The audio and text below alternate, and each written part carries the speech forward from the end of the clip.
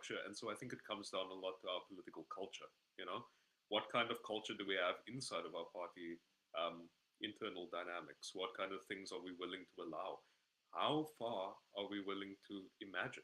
So you speak about the youth losing out on hope. I think that the country needs to look back and say, giving up complacency, following the status quo, isn't what got us out of really tough times. It was looking ahead, it was looking with hope and saying, we can build something new. For the young generation, we've come into the system inheriting problems that came with the past. And the people that came before us, they could only take us so far. It's now our chance to say, we can take it further, but we need to be enabled through the systems that we do have in order to take it forward. But Kuhle, Tafir now mentions our ideas as young people having to permeate through the party and using the systems that we have most efficiently. I want to tout you as an example because you were a part of the system, but you broke through barriers even outside of the political system, hosting or co-hosting the third largest podcast in South Africa so that your views could be heard. But you are an anomaly, Kuhle. How can the young people in general in South Africa have their views heard even outside the political system that wants to bar them from their views being heard? Well, IJ, one of the big things, there's this whole conversation, especially in political circles, called the means of production, the means of productions, and everyone thinks that you need to have this means of production to become part and effective of South Africa's economy. Now, linking back to your question, IJ, we need to understand the means of production does not mean that you need to have a Canon 4K camera in order to start your podcast so that a couple of people can hear what you've got to say. The bottom line is we live in a society, in a country where more than 80% of people have got access to phones. So a simple thing as taking your smartphone and recording yourself speaking on TikTok does a lot. You might not think it does, but it does a lot. People end up taking note of who's this lady, who's this guy that is saying this, And then all of a sudden, boom, there's one video that really resonates with a lot of people. For example, in my case, and people just follow you. But let's not just look at me. Let's look at young people that find themselves in political spaces. Let's speak about SRCs at various institutions. You don't always have to become a councillor or an MP in order to be this significant politician. There are many people that we knew from SRC level, like Fasia Hassan. I've got to know of her from the moment she was part of the SRC at WITS. I didn't know of her when she was just in parliament, and I didn't go to WITS. So basically, you need to make the biggest impact in the spaces where you are. Because trust me, we're all in spaces. All of us. There's no one that just lives somewhere by themselves in an island where no one really cares what's going on with them. So it's about making an impact where you are, make sure that your voice is heard, and make sure that you get to make a sound decision. You get to make an informed decision. The one issue that we have in South Africa is we've got what I would call an indoctrination of information. Basically, we're being fed information from one side and not from both sides. And therefore, many South Africans' points of views are based off one side versus based on making a sound, neutral decision for themselves after hearing both sides of the story. So basically, you've got the means of production. You can do it for yourself. You don't need someone to come and give you access to a platform. You can do it for yourself. Thanks, IJ. Thanks, Kuhle. Shakila, do you agree with Kuhle? Because he says that the youth need to reclaim their agency, need to shake up the spaces that they're in. You've just graduated coming out of a youth space.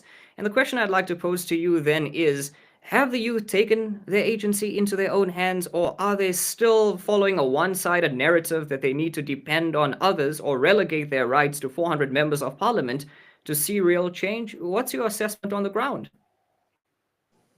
So I definitely do agree with him. I feel like we are in a digital age where social media is the way that things are going.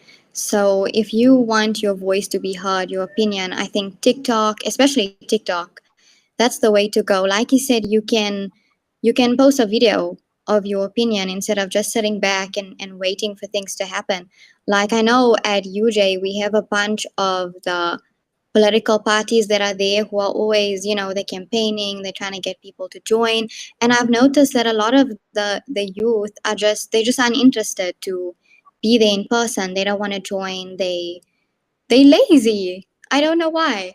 But when it comes to social media, that's where everybody has an opinion. They want something to say. And I feel like if we want to bring out change, that's the way to go. We can't ignore the fact that this is the way that the world is going. So I think utilizing the platforms that we have in that sense to express our opinions and views instead of just posting what I had for lunch today, you know?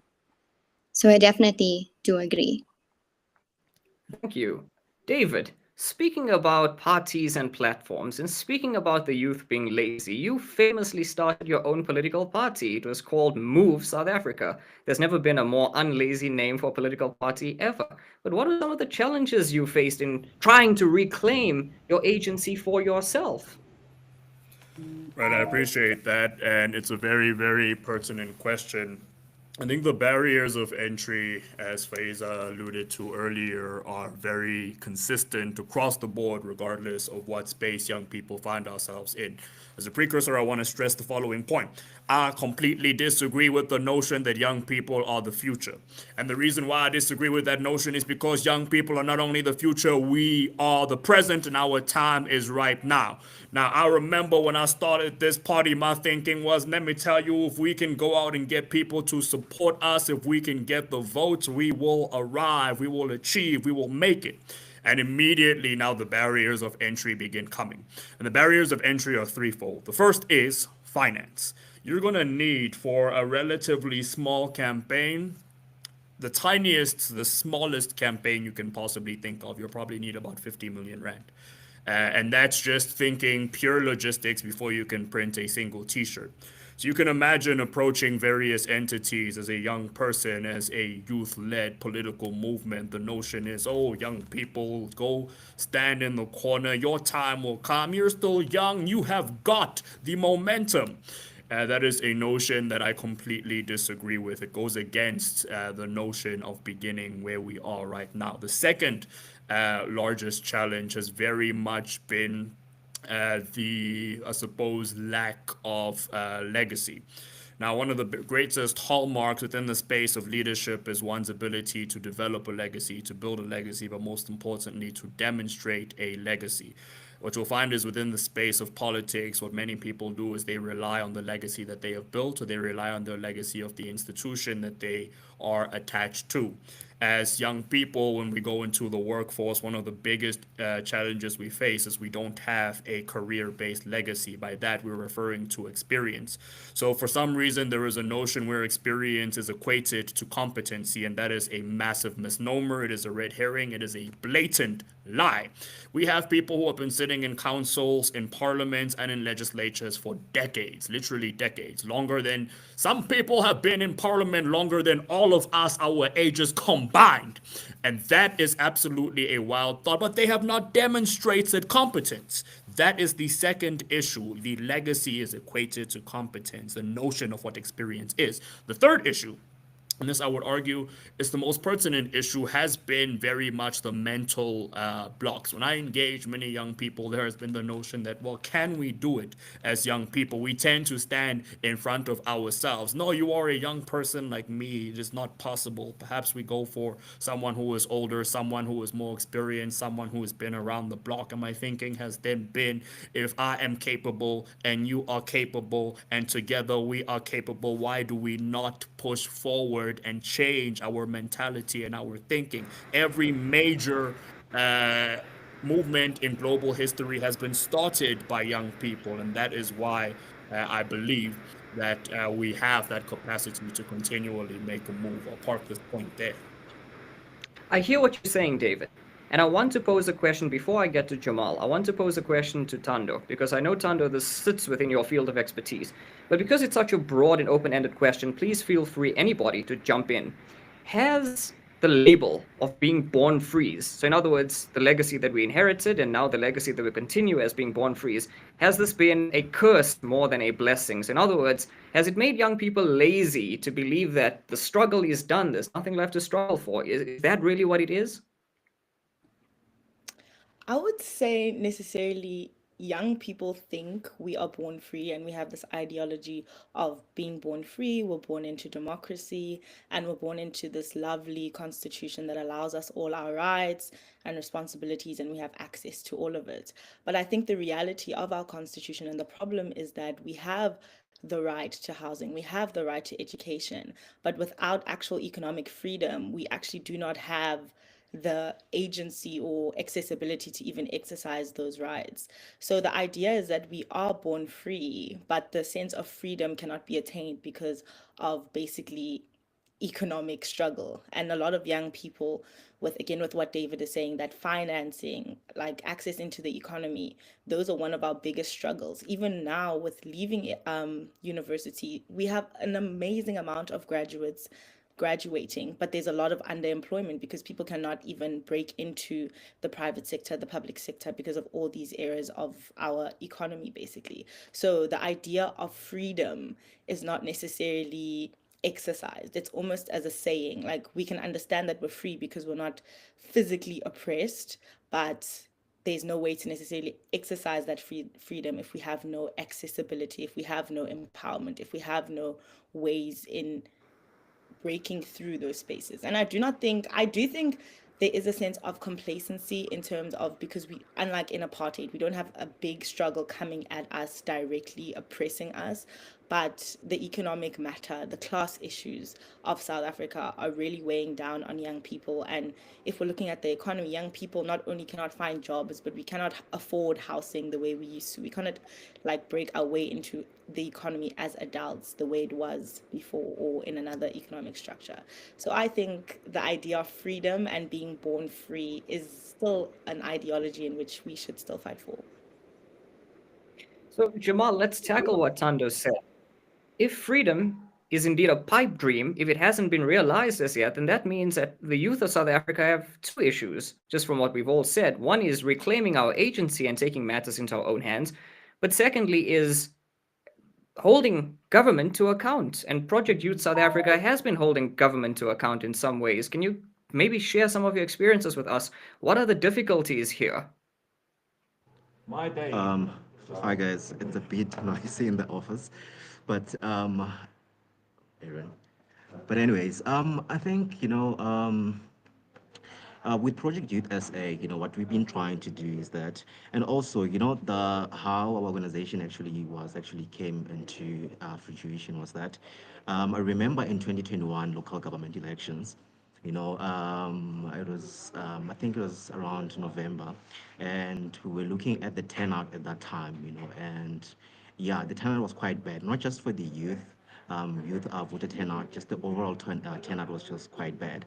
And to me and, most other of my colleagues was that, there's really a need to actually educate people, around, how, the governance processes work, because a lot of people, they don't really have, the knowledge on how things work. And also, I mean, if you go to a community, you find people, not just young people, they don't even know who's their representative. They don't know their ward councillors, they don't know, the budgets that are actually allocated in those areas, So failure to, to have such information, it actually, impedes, people, especially young people, to hold their, elected representatives, accountable, So we felt that, there's really a need to actually have a dialogue, as a demographic, as young people, to talk about, how does, politics, how does it affect us, and also, I mean, how can we take part? How do we occupy spaces? I mean, how to organize ourselves? How to draft petitions, pickets, and so forth. So this is what like the organization's been trying to do, over the past years, and also, I mean, maybe then they're working with the political parties, to make sure that we are actually putting forward, the voices of young people, in the space. But the work, of like, within the youth space, it's a continuous work, that, it needs us as a collective, to work together, because you can't cease to isolate yourself in the space. That's why, with our organization, we always preach collectivity, in the work that we're doing. And, with us also having to work with organizations like your FWT Klerk, it really, like, does a lot, because now we are amplifying, our voices, and even in the campaigns that we actually, embark on, whether it's on water, whether it's on electricity, or whether it's on, youth unemployment, if organizations, like ours can come together and formulate a campaign, that says to, hold, our leaders accountable, it's definitely, there's really, a space, where we could definitely make a difference, and make sure that, young people are actually, well, occupying the spaces, and, taking, care of ourselves. But, yeah. So, Kuhle, Jamal mentions leaders, and he mentions this notion of coming collectively together to hold leaders to account. But you, Kuhle, you, David, are two of South Africa's young leaders. You find yourselves in political parties that are growing. You yourselves are growing in the political space. Kuhle, I want to start with you before I throw this question to everybody else. So it's a broad and open-ended question, but if you were president for a day, what would you change? Well, sorry, if I nearly called you Mike, pardon me. But I wanted to say that, first things first, we need to cut BEE. We need to cut BEE, and understand me very well when I say why we need to cut BEE. BEE is a stamp of disapproval on a young black child. It's not a stamp of approval. Understand me very well. This is basically to say, oh gosh, you know what? We don't see you as equal to other people. Therefore, yeah, you're not as smart, you're not as... So therefore, we need to create softer requirements for you, We should not look on merits for who's the best for you, just for you, because you are just so special. It's a stamp of disapproval. The one thing that we've got to do is strike out racism, as well as strike out prejudice against religion. Because I will tell you, number one, religion is being attacked in South Africa, and all religions. There's no religion that is being saved. We need to attack racism in the butt. We cannot allow for racism to continue. These are the core fundamentals of dealing with the society mindset. You must remember that in Singapore, the name just slipped from my head, but one of the first presidents of Singapore after they gained democracy, the first thing that he did was to change society's mindset. It's illegal to litter. It's illegal to take a wee on the street. It's illegal to do 1, 2, 3. The first things first is we need to change society's mindset in South Africa. We need to understand we've got a country to protect, a country to defend, a country to build together, both black, white, Indian, and colored. No one can be left out. It's a lie to say that the ANC government at the moment has abandoned one sector of society. You go into colored townships in the Cape Flats, in Muhlenberg, all those places. There's high drug rates, there is high GPV, there's lots of abuse that is going on in those communities. You want to take a trip down to Phoenix and Chatsworth in the Indian communities, it's the same story. There's high drug abuse, there's lots of gangsterism that is happening. Or you want to take a trip to an Islamic community in Pietermaritzburg called Northdale, it's the same story. There's lots of crime going on. Take a trip to Soweto, same story. Go to Krugersdorp where there are poor white Afrikaners. It's the same story. There is no one that is being spared from this government's incompetence. And I'll put it outright and frank to you. There is no one that is being spared. Hence, I'm saying, if I were to come, even though I'm not interested in the position, but if I were to come and be the president, the first things first is to rule out maladministration, to change society's mindset, and to fix our international relations and realign ourselves. And remember, we need to be strategic about this thing. Put emotions aside. Put the fact that Russia assisted us to fight apartheid. Put that aside. Let's be like India. India, led by Narendra Modi, just focuses on business. We've got youth unemployment that is higher than Zimbabwe. That is how ridiculous it is. We've got youth unemployment that is higher than Palestine, a war-torn country. But no one is speaking about this. People are just smiling. We're being turned into the slaves of the government. That's what it is. When SASSA says, come and collect your 370 rand grant, as well as come and collect your pension grant, you come and collect NSFAS. What is happening? We're becoming beneficiaries of the state. Therefore, we are becoming slaves of the state. Therefore, we're becoming dependent on the state.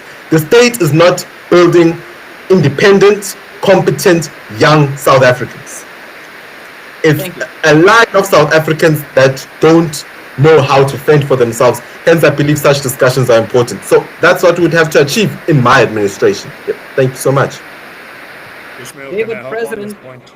Yes, President Kuhle has made some very strong points. You are doing a PhD in international relations. Talk to us about Lee Kuan Yew.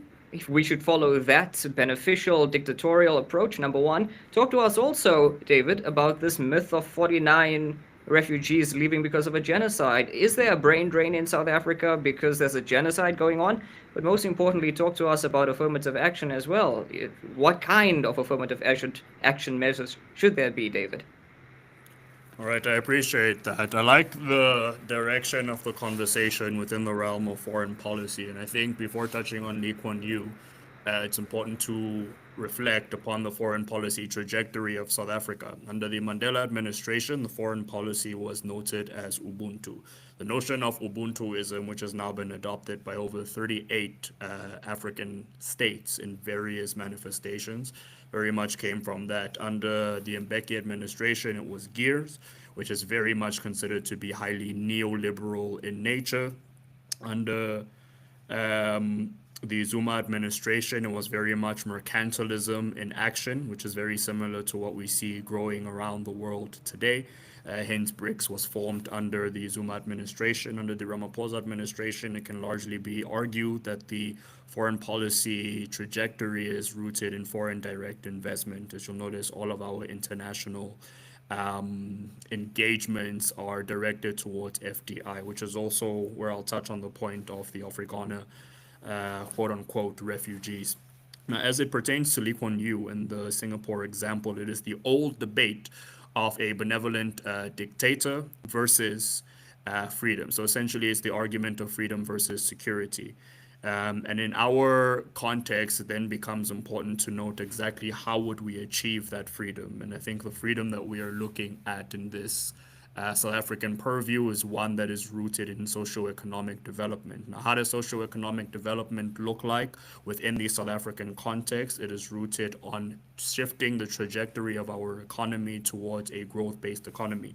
The arguments that we've had in relation to the economy, the budget, and growth, you'll notice all of the debate centered around shifting the budget. So how do we take the money that we have and reallocate funds, as opposed to how do we grow and develop more money? We do not have a growth-based economy as it stands currently. That's one of the biggest differentiating factors. Now, we have three sectors: primary, secondary, tertiary. A tertiary sector is a sector that is rooted in skills development. Therefore, in order to develop that sector, there needs to be greater investment within the area of education. So in short, investment in education, investment in infrastructural development allows us to develop the tertiary sector, which allows us to shift towards a growth-based trajectory.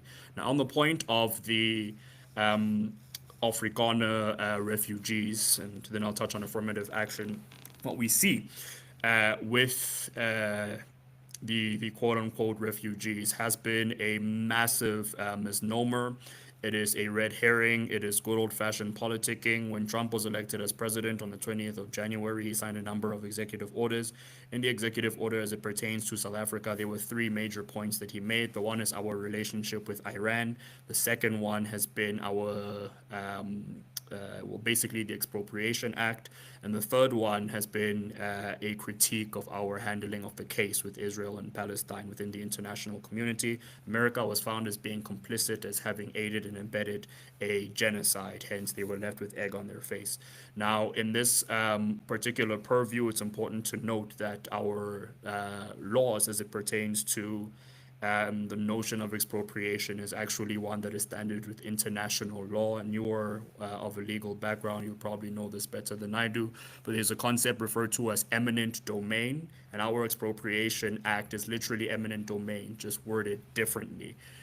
Hence, the 49, I believe it was 49, if not 69, I don't remember the number, the refugees within the United States of America have essentially relinquished their South African identity to hop on a political narrative that simply seeks to serve a administration within the US that has been inconsistent in its relationship with South Africa. Lastly, on affirmative action, I am a social democrat. So I believe affirmative action is necessary. I disagree with the notion of removing BEE. Matter of fact, I vehemently disagree with the removal of BEE. It is not BEE that is the issue, it is BEE in its current manifestation. The way BEE has been conceptualized currently is highly problematic. The notion of affirmative action has been to serve as an equalizing factor. Now, the problem is that it has not been carried out according to what affirmative action should look like. As a social democrat, I believe in what is referred to as collective action. Now, collective action requires us to right the wrongs of the past. Now, righting the wrongs of the past must be done in a way that is consistent with ensuring that there is overall broad development.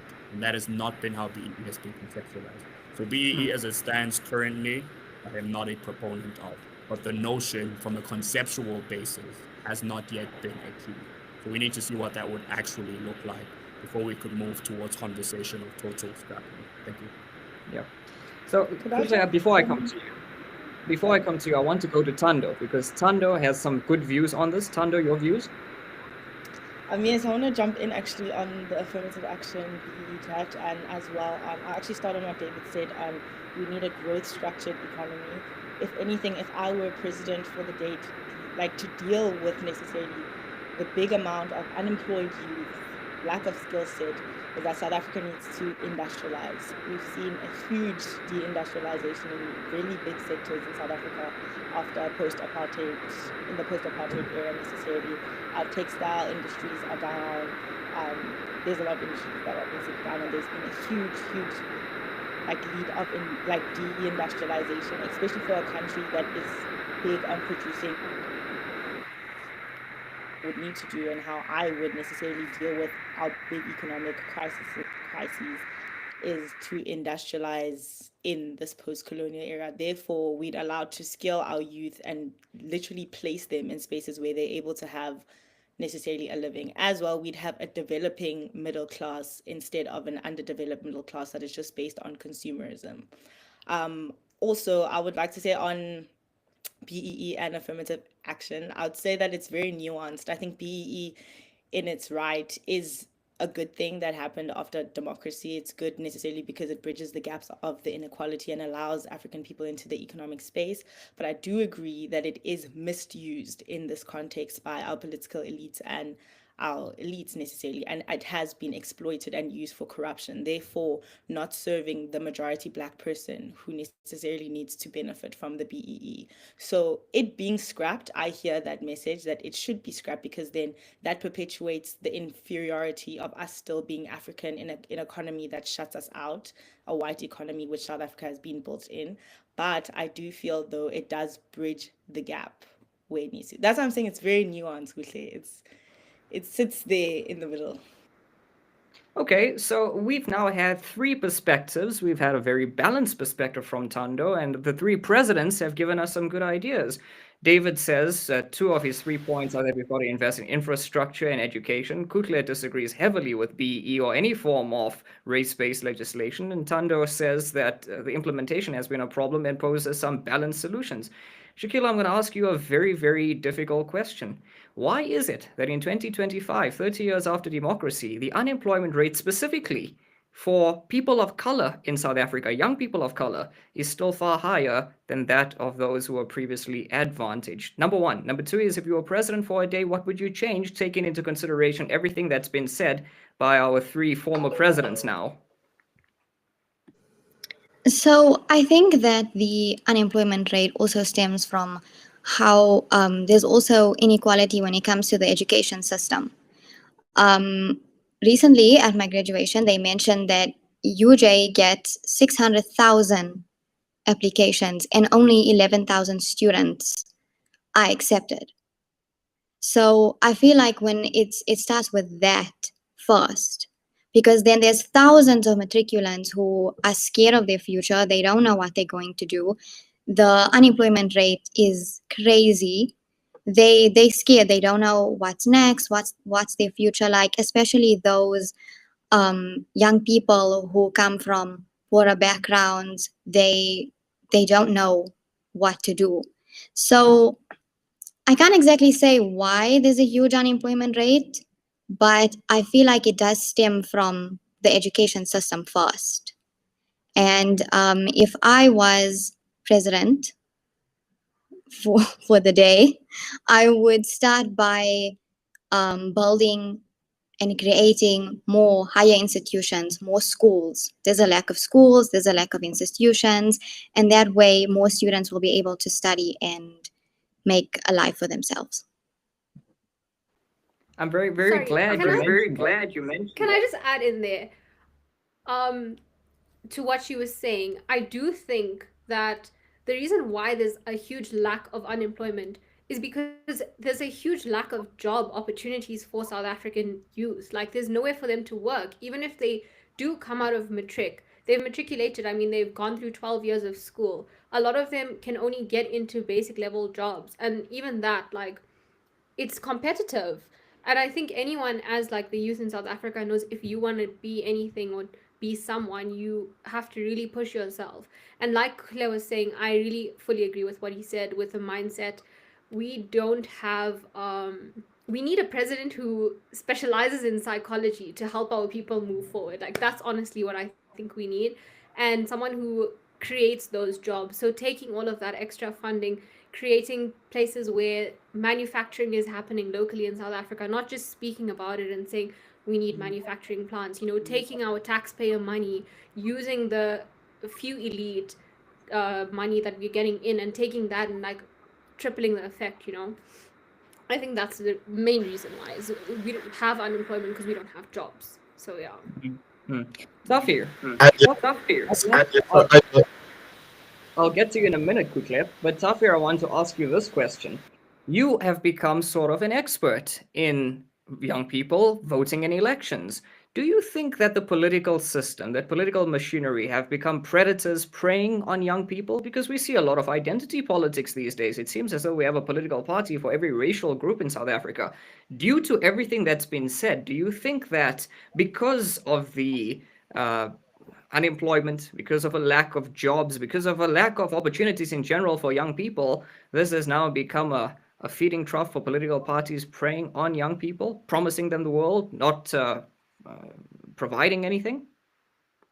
Well, look, I think I'm going to have to take the question back to something that we mentioned a little bit earlier in the conversation, right? There's such a thing as the wrong experience. There's this myth of experience when you come into politics, right? Your lived experience, I think, tells a lot. And so it ties in with the conversation that we've been having about affirmative action. Kuhle, I'm also going to disagree with you and say that I think affirmative action should continue.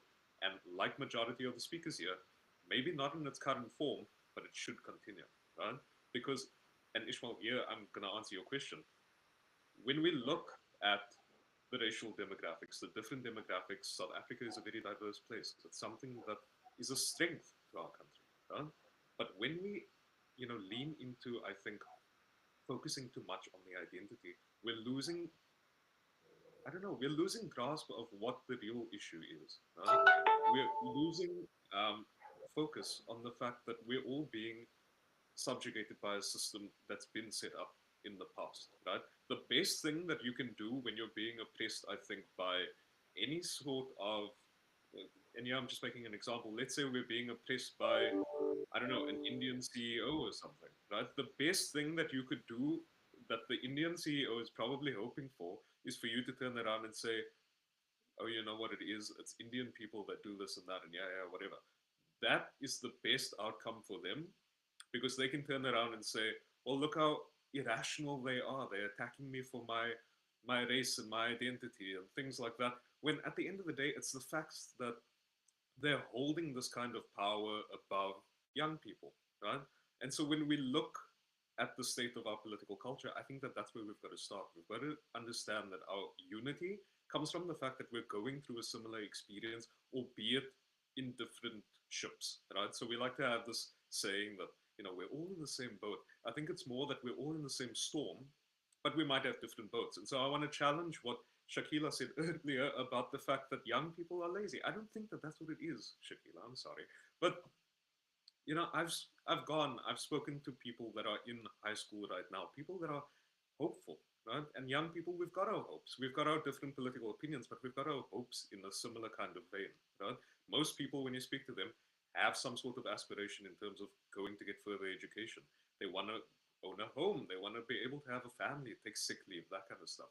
Um, it needs us to get involved. Young people are ready, but the system, I think, has its obstacles. We've got to address that as it is. So it's got to be this approach where we're coming from, top down, trying to get the system to even out. But we've got to build a coalition at the bottom up, and we've got to move away from some of the, talking points about, young people are lazy, and speak more about where has the system failed young people in terms of getting them to mobilize and conscientize themselves around what we do next, right? We speak about organizing, we speak about work on the ground, we talk about these things, but I think that we're losing focus as to what it is, right?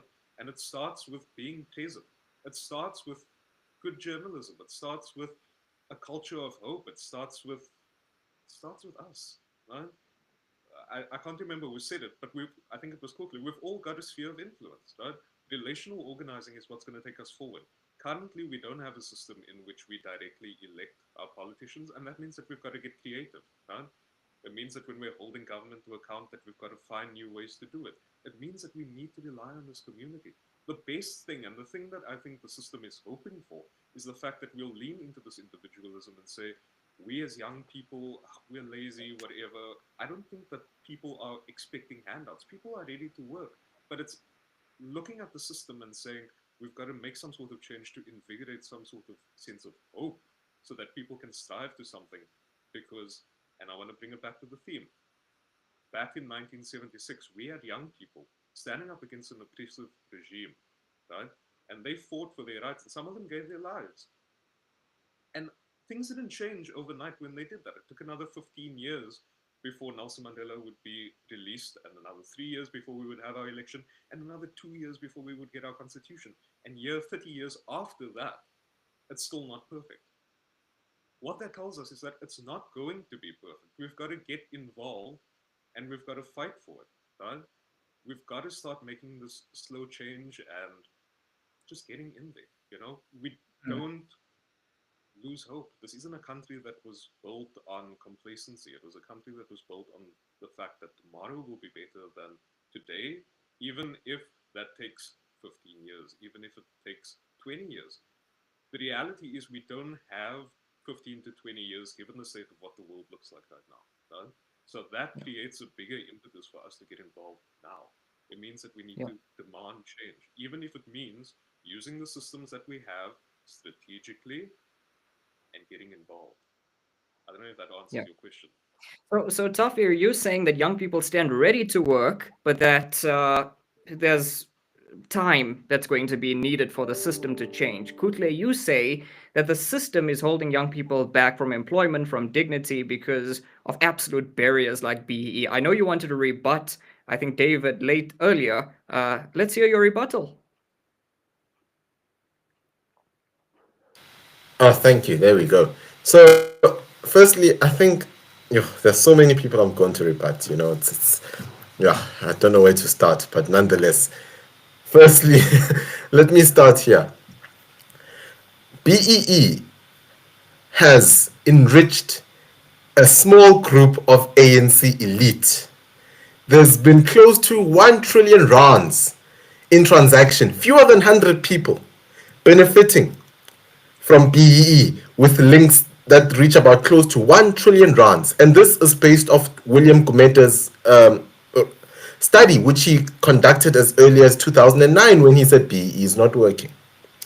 Also, you must remember, BEE has costed the South African economy, according to organizations such as Solidariteit and the Free Market Foundation, which I vehemently support, I won't lie, led by David Ansara. It has costed South Africa 5 trillion rands. 5 trillion. It has costed 4 million job losses. And those 4 million job losses affect more black people than white people. Whether you like it or not, they affect more black people than white people. And that's because of BEE. That's the research of the effects of BEE. Not the effects of apartheid, that's the effects of BEE. The bottom line is, the RDP that was built during apartheid is still standing today. But the RDP built by Shono Mkhize and her corrupt cronies that are part of BEE are falling in Umlazi, in KwaDukuza. And these are real stories. This is not something that I'm making up because I don't like them. They're there, you can go and search. BEE has failed black people. Never be fooled into thinking that you need to be pampered in order to access the economy. The economy is there for you to access. The bottom line is, you need to understand one thing. There is no successful major company in the world that was started from government handouts. There's this thing that the government has of the what's it called, the entrepreneurship fund, the one of 100 billion rands that's going to be over 5 years, 20 billion each year, which is targeted for young black entrepreneurs. Trust me when I say there will be very few successful businesses out of that, because how can we gauge and say that you will be a successful businessman? You know, Amazon was started from a bedroom. Many businesses were started from garages. You don't need government intervention. We need to cut the red tape. The red tape is killing all of us, whether you like it or not. As well as we need to look at the part of education and unemployment. Let's take a break from BEE just for now. Let's look at the part of education and unemployment.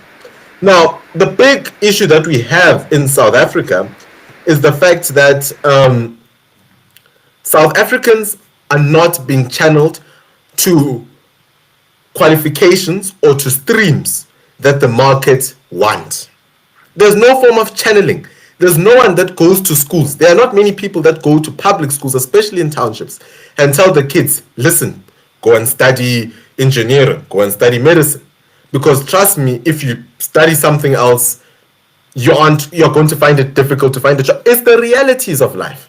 There are just some jobs that are not in demand. It's just the realities.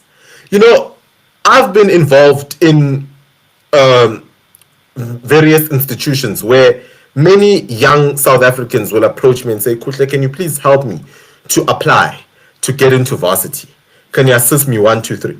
And I will gladly do it. And you know, one thing that has always come to me whenever it comes to February and people are desperate to find a space, one thing that people always say to me, Kuhle, I don't care what I study as long as I'm in varsity. That is the big mistake. Because you need to, I will tell you now, I'll be the first guy to tell you, go and study a diploma in something that is wanted by the market than studying a degree at a fancy institution that really no one wants, like no one really cares about. It's the reality, and I'm going to be frank with you. It's what's happening, whether you like it or not. You know, Rob Hersoff said, get your children to study accounting, medicine, get into STEM streams, and I agree. There are many important fields, such as psychology, that we also do need to focus on. There is a huge market for various skills, such as psychology, political science. Those are the streams where we should be channeling the youth to. The days of go and do whatever you want have gone. And we need to be frank with the youth.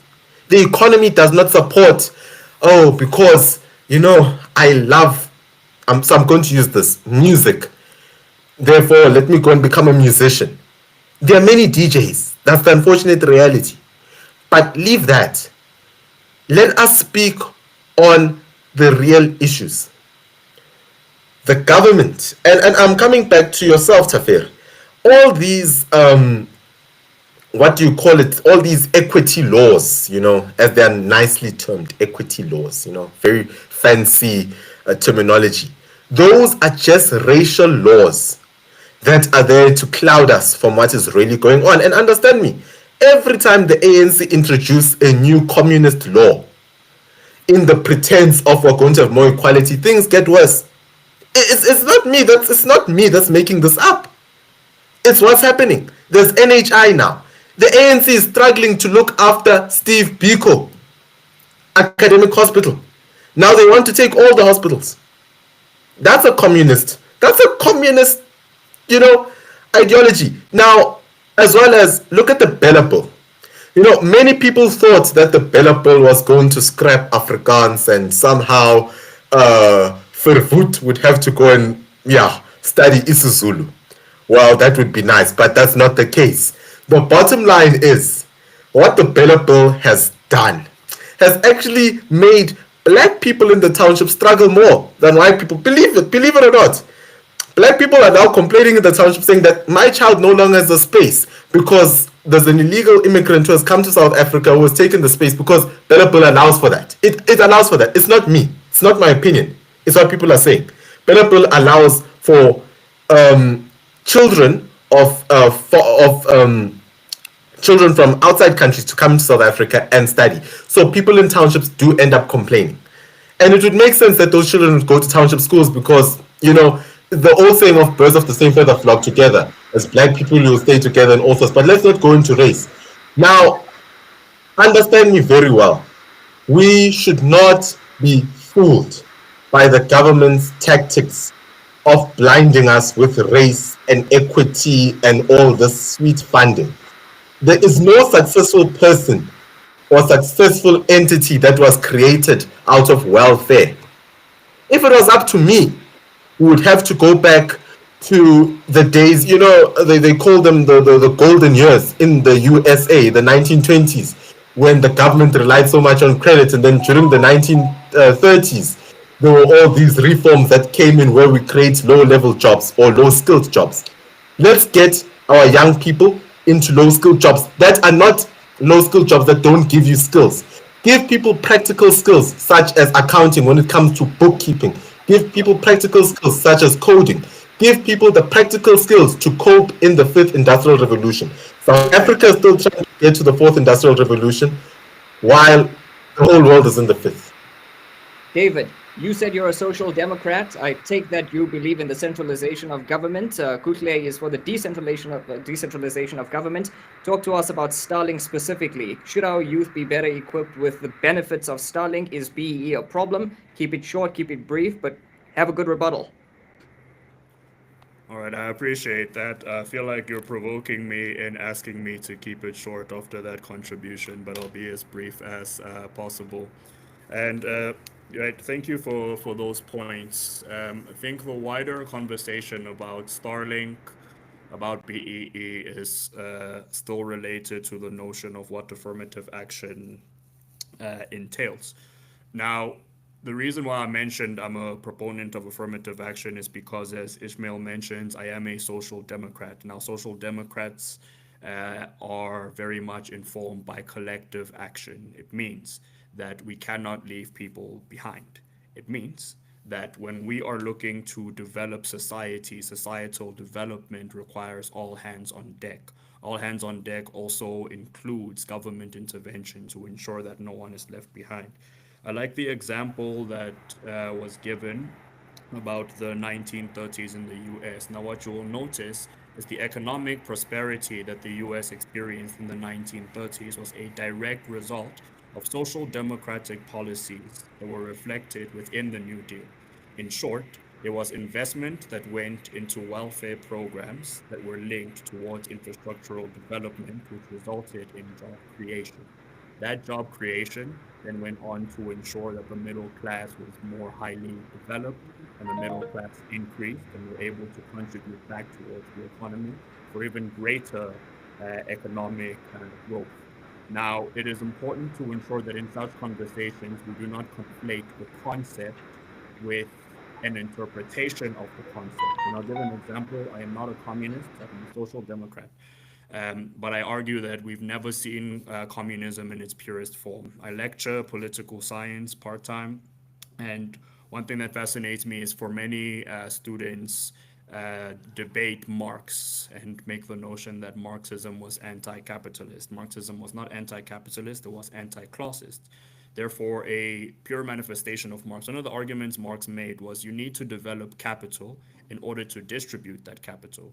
So the problem is most interpretations of capitalism, of communism, have skipped the accumulation of capital and went straight to the distribution. If you have a whole lot of nothing, you're distributing a whole lot of nothing. So this means the manifestation of communism that has been seen throughout global history is not a true reflection of what has been previously conceptualized. In the same way that affirmative action, as we see it manifesting today, is not the accurate manifestation of how it was conceptualized. Because I'm in agreement. I argue that BEE has negatively affected Black people the most because the largest population pool within the state are Black people.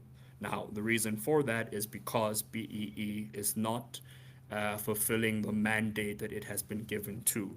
BEE has replaced one form of elitism with another form of elitism. Therefore, I would argue it is not a true reflection of affirmative action. So, on that basis and on that notion, the point I would caution is not to rebuke the entire concept because the interpretation of that concept has been wrong. We have yet to see an accurate interpretation of that concept.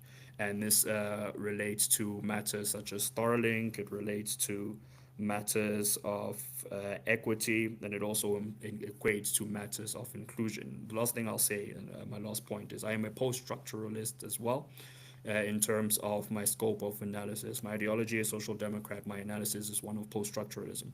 Post-structuralism agrees with the notion that essentially you have a system. Within a system, you have elites, but the system will operate the way the system was designed to operate. The difference between structuralism and post-structuralism is that in post-structuralism, the elites within that structure can change. It means that the elites have the power to make the necessary changes. In order to make those necessary changes, we need to move towards equity because the system in which those elites are operating is an unequal system.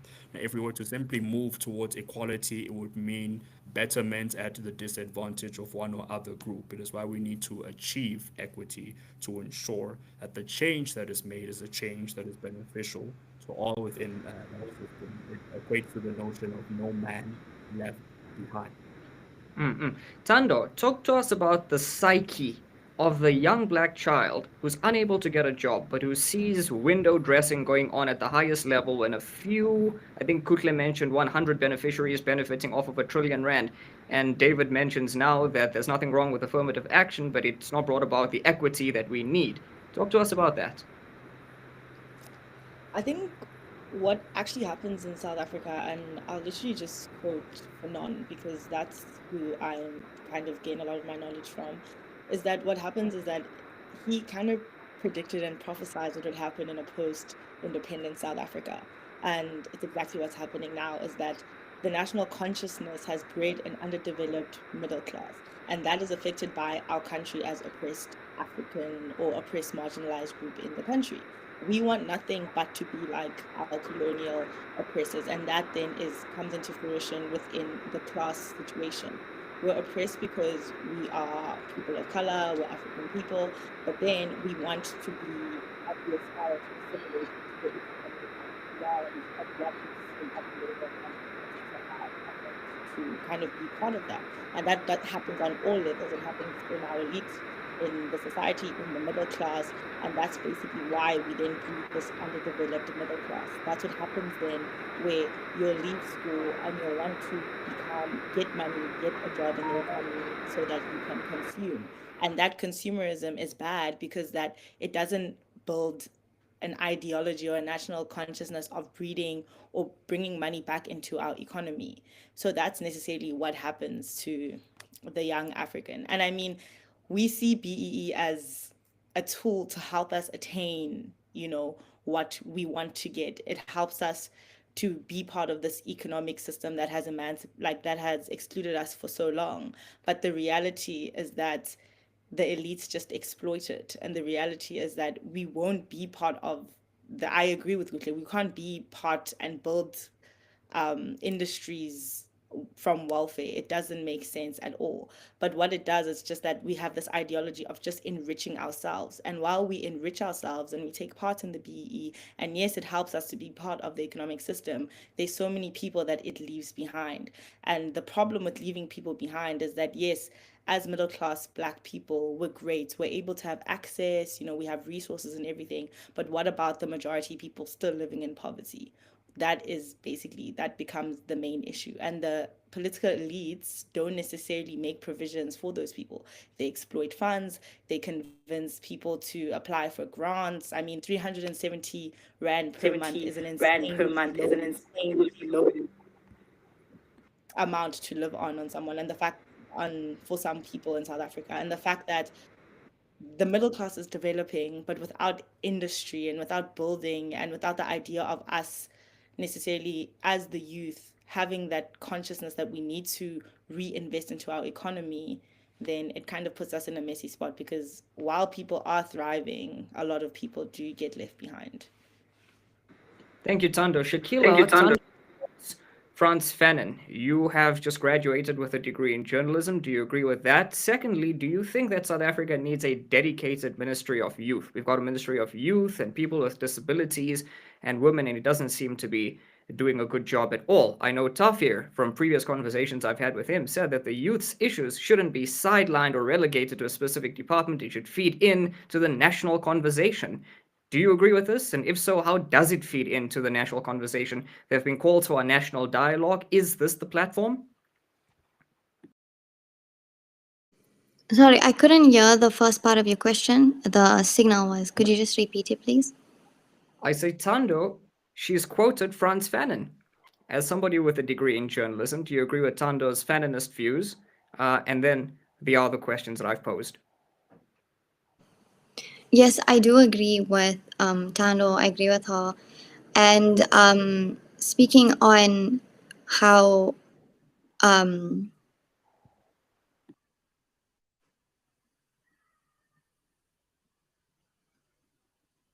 you guys hear me? We can hear you. Oh, yes. Yes, I was saying that I do agree with Tando. I feel like we need to create, we need to develop, we need to build. And when Tavir said that he doesn't agree with me about the youth being lazy, I think some are and some aren't. You can see, like I've seen that so many people just want to sit back and wait for things to come to them instead of them going out and being go-getters. So I think it depends on you as an individual and how you want to create change. And I feel like a lot of the youth are not really, like I said, it's more towards social media and how like TikTok, Instagram is the way to go in terms of inspiring the youth and creating change in that sense. David, I know you've got a few minutes to leave us. Your final words on everything we've discussed today?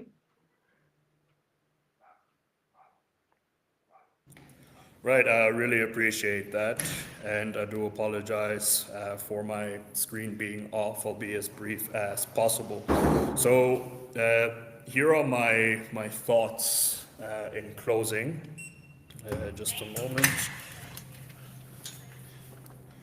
Right, so here are my thoughts in closing. Every platform that I'm on, I always make the following point, and if you have ever heard me speak, you will know what I'm about to say. I hold firm to the belief that we have the capacity and we have the capability to loosen the shackles of mediocrity that have bound so many to complacency. Every day we will rise and we will give our best.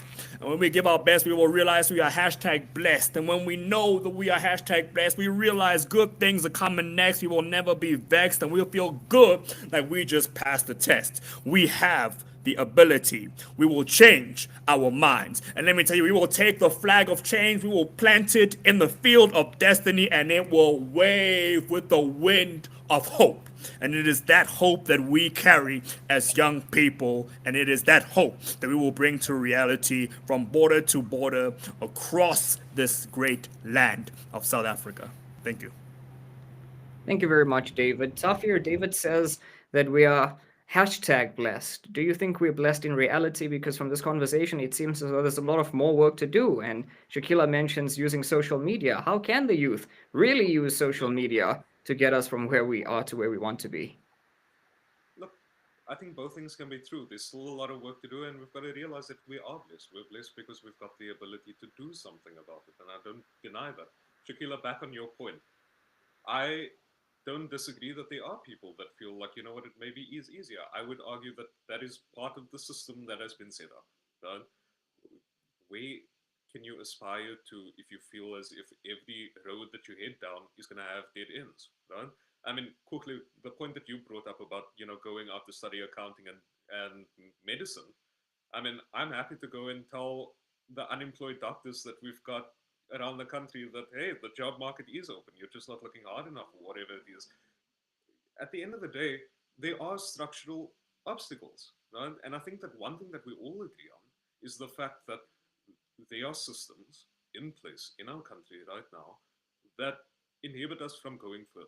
We've got a difference of opinion on what it is, how we want to do it, but I don't think that we should ever make any sort of conclusion that cuts out the livelihood of people.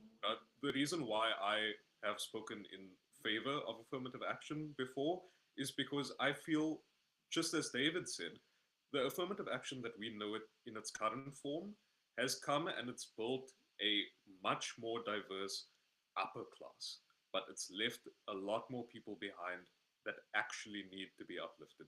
That is where our work needs to begin, and it always needs to be centered around just deep, radical empathy that we have for people and making sure that the people that have been disadvantaged before get an opportunity to enter. Because let's not confuse availability for access. You can't, after years and years, and this predates apartheid even, the subjugation of people that have historically lived in South Africa, you cannot subjugate them for a century or centuries and then decades, and then once the structure is over, say, well, there's an economy to access, there's an economy that's available, we've got to work on making sure that it's accessible. In closing, I'd like to pose the following question to all of you.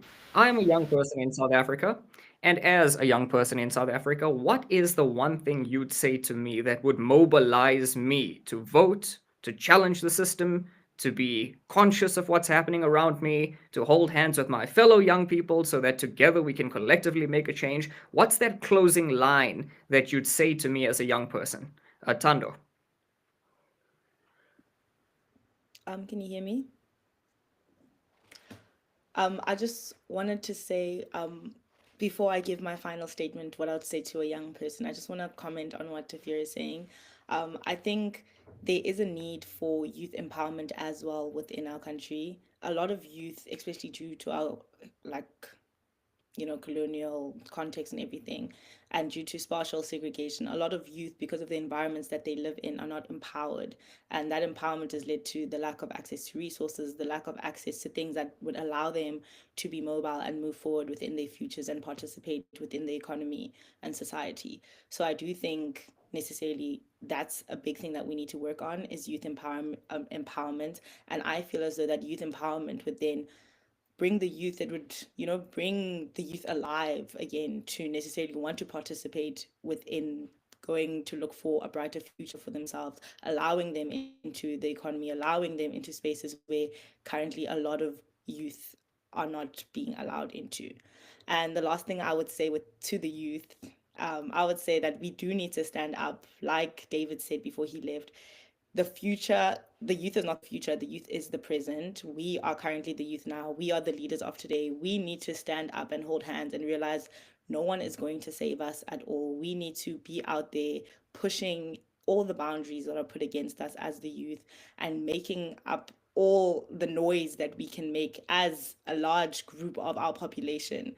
We need to come together and necessarily move South Africa in a direction that we will be happy with when we are 40. We need to be the ones saving our economy and redirecting things in what we think needs to happen, not because of what we think or what we've been taught. We need to be the ones to push forward and understanding our own struggles. We know, obviously, the apartheid struggle was the struggle of our parents, our grandparents, but unfortunately, we weren't there, and we're living in the free South Africa we're in now. So we need to identify our struggles and put all our power towards necessarily breaking all those barriers. Yeah, that's what I'd say. Shakila, your closing statement?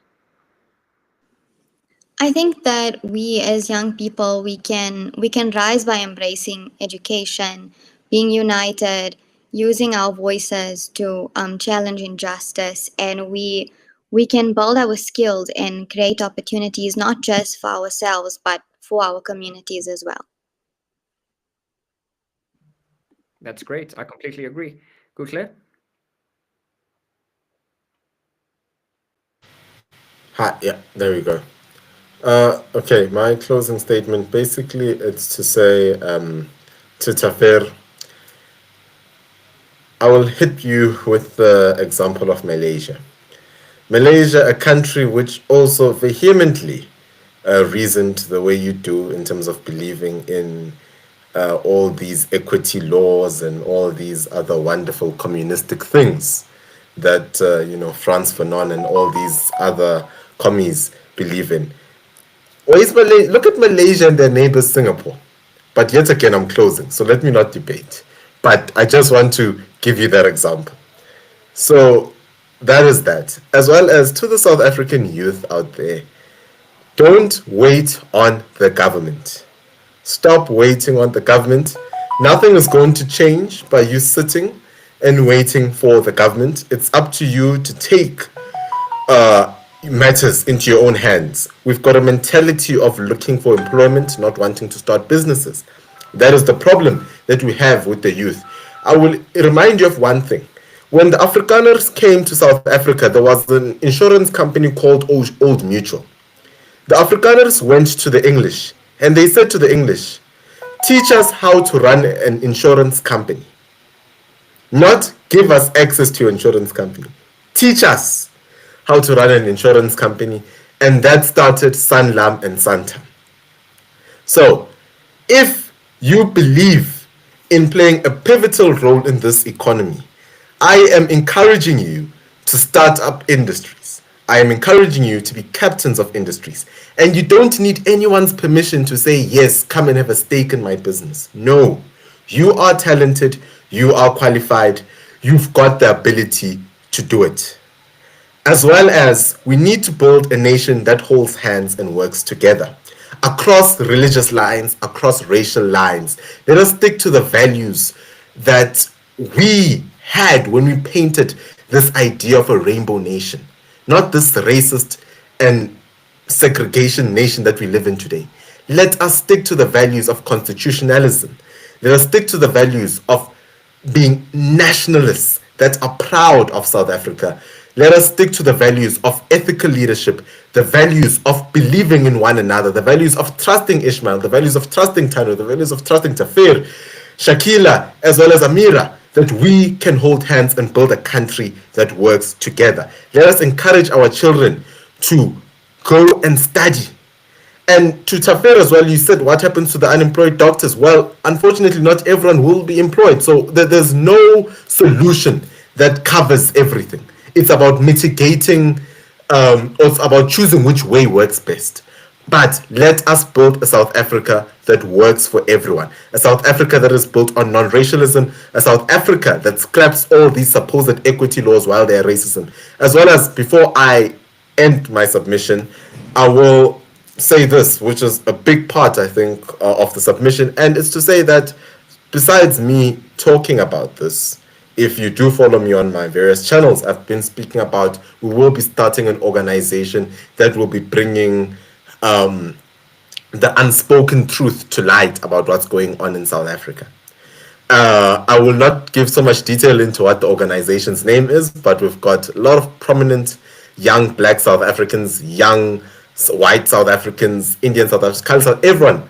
Quite a lot of people are joining or have bought into this idea. It's something that we'll be launching, and it's just a lobby group. It's not a political party, and we will be fighting for minorities' voices in South Africa, as well as last point is I have officially thrown my hat into the race to become a councillor in the city of Tshwane, and it's to go back and to fix things inside. I do think there's a lot that can be done talking on the side, but I do think that more has to be done inside. Hence, I've thrown my hat into the race, and I've done that under the Democratic Alliance. So a lot of change is coming, and trust me when I say that I will be pushing for that change. Thanks. Thank you, Kuhle. Tafir, closing statement. As the founder and president of a voting rights organization, I'm always going to say, go out there, make your voices heard, not just at the ballot box, but together. We're stronger together, and this needs to be a country, once again, of hope, where we look out for each other, because at the end of the day, it's not going to be just one of us that makes change. The biggest change that we can make is when we stand together and speak with one voice, many voices, coming together and just making it happen. The time to get involved is now, and we cannot count on being silent. Thank you. Amira, your reflection on the entire debate. So I'm super impressed with everyone. Honestly, I know I didn't do much speaking, but I'm honestly blown away. Kuhle, I 100% agree with you. I think it's amazing that you're now opening up an organization, and I think we do need like a lobbyist platform for the youth to go and really say their part. But like you said, I think we have such a major split. We actually have two different economies. We have one where we have townships and rural areas where people are suffering from things like hunger, not even having jobs to find. And then we have like the complete opposite, which is middle and elitist, where we have people who are educated and they still have the same issue where they don't have jobs, or in that sense, they're not opening up businesses to create jobs. So my closing statement and just reflection is we as the youth need to start closing and working on that gap. Yes, that does happen by talking, and a lot of it can be solved by talking about these problems like the BEE. It is an issue, yes, but we need to now take that issue and find a better solution to what can still empower African people, but also not just, benefit to the elitists. What is the next step? I mean, South Africa took such a big step. We fought apartheid. It wasn't our battle. It was that was the parents' battle. It wasn't ours. We didn't live in it. A lot of us didn't live in it. But we still have a lot of battles now. And as the youth, we can't sit on the sidelines. If we have issues, we have to address them and now look at what is the next solution. We can't just sit and wait for other people to solve it for us. So yeah, I think my closing statement in this is we need to start bridging the gap. Yes, we do need to start speaking. We need to start making our voices heard. But we also need to just have the confidence to say, you know what, we can do it. Like, we are the youth. This is our South Africa. We shouldn't lose our essence of it and allow it to become the next West. Because I mean, I can tell you from personal experience, after being gone from South Africa for a couple of years, it's not what it seems. It's not like soft living there. We have so much here. South Africa is so rife with opportunity. We just need to enable our people to take on those opportunities and to believe in themselves and believe in a South Africa that can be rich and can actually be so much better than a Singapore or than a London or a New York. It's different. We as South Africans have so much essence to us. We have humanity, actually, and it's something that it's lacking in Western countries and a lot of places that you go in the world. So if we can take what we have, work with it, and build it into our own space and our own country, I think it would be incredible. So yeah, I think this is hopefully just the start of that. So yeah, that's my closing statements. Thank you guys so much. Thank you very much. Well, my closing statement is this. It's firstly to express deep gratitude to all of you who've come on this platform today, who've had the honesty, the courage, the vision in all of the conversations that you've had with us today. I think what we've heard is clear. It's that young people are not apathetic in South Africa. Young people are frustrated in South Africa. And I think young people in South Africa are not entirely disengaged, but they're excluded.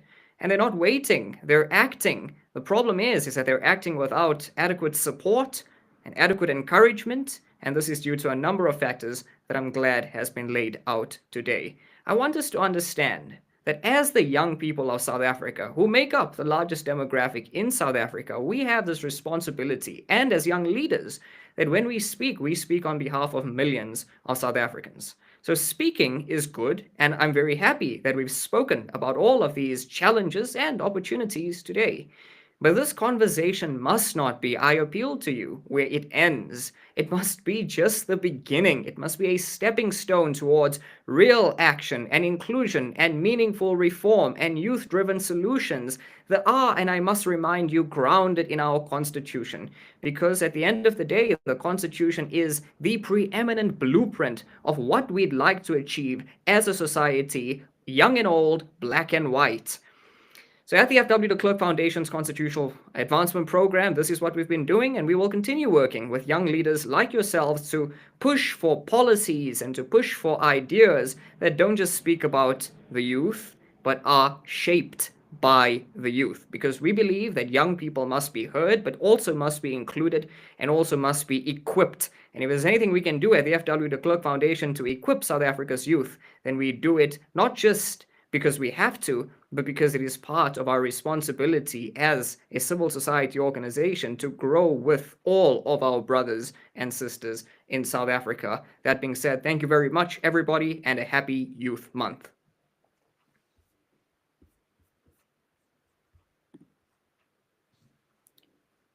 We good? Kuhle?